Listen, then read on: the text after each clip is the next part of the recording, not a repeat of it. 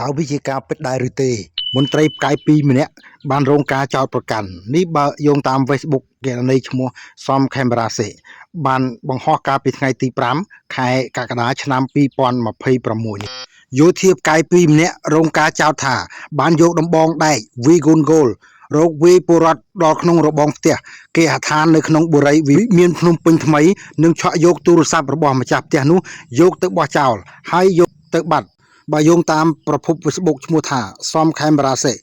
បានបង្ហោះកាលពីថ្ងៃទី5ខែកក្កដាឆ្នាំ2026នេះភ្ជាប់ជាមួយនឹងរូបភាពនិងខ្លឹមសារថា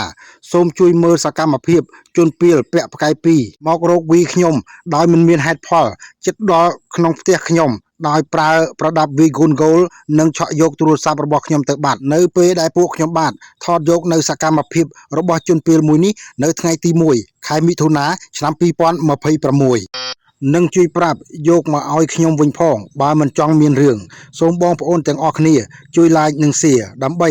ឲ្យបានដល់ថ្នាក់ដឹកនាំជាន់ខ្ពស់និងសូមអរគុណដោយសេចក្តីគោរពនៅមានរូបភាពនិងវីដេអូជាច្រើនទៀតដែលមិនតាន់បង្ហាញបកស្រាយពីមន្ត្រីយោធាដែលរងការចោទនោះទេ